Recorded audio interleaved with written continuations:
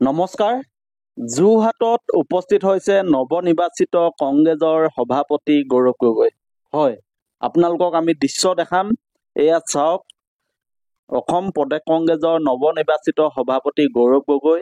আৰু গৌৰৱ গগৈয়ে সভাপতি দায়িত্ব লোৱাৰ পিছতেই প্ৰথমবাৰৰ বাবে আজি অসমত উপস্থিত হয়। আৰু এয়া আমি দেখাই আছো যোৰহাটৰ বিমানবন্দৰৰ দৃশ্য। আপোনালোকে চাওক যে মৰমৰ নেতাগৰাকীক আদৰিবলৈ কেনেকৈ কংগ্ৰেছৰ নেতা কৰ্মীসকলে ভিৰ কৰিছে, কেনেকৈ গৌৰৱ গগৈক আদৰি আনিছে আপোনালোকে চাওক। আৰু গৌৰৱ গগৈ অসমত উপস্থিত হোৱাৰ লগে লগে সমগ্ৰ যোৰহাট জিলাখন গৌৰৱময় হৈ পৰা আমি দেখিবলৈ পাইছো। গতিকে গৌৰৱ গগৈয়ে কংগ্ৰেছৰ সভাপতিৰ দায়িত্ব লোৱাৰ পিছতে এতিয়া যেনেকৈ কংগ্ৰেছ কৰ্মীসকলৰ মাজত উৎসাহ উদ্দীপনা দেখিবলৈ পোৱা গৈছে, আপোনালোকে এই সন্দৰ্ভত আপোনালোকৰ মতামতসমূহ জনাব। সঁচাকৈ অসম প্ৰদেশ কংগ্ৰেছক গৌৰৱ গগৈয়ে নেতৃত্ব দিব পাৰিবনে? কংগ্ৰেছৰ মাজত থকা যি বিসম্বাদ, সেই বিসম্বাদ নাইকিয়া হ'বনে?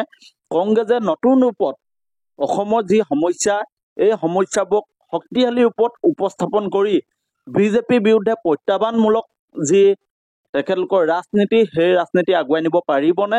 গৌৰৱ গগৈয়ে বিৰোধীক ঐক্যবদ্ধ কৰি ২৬ৰ নিৰ্বাচনত অংশগ্ৰহণ কৰিবৰ কাৰণে তেওঁ হাতত কিবা প্ৰচেষ্টা ল'বনে?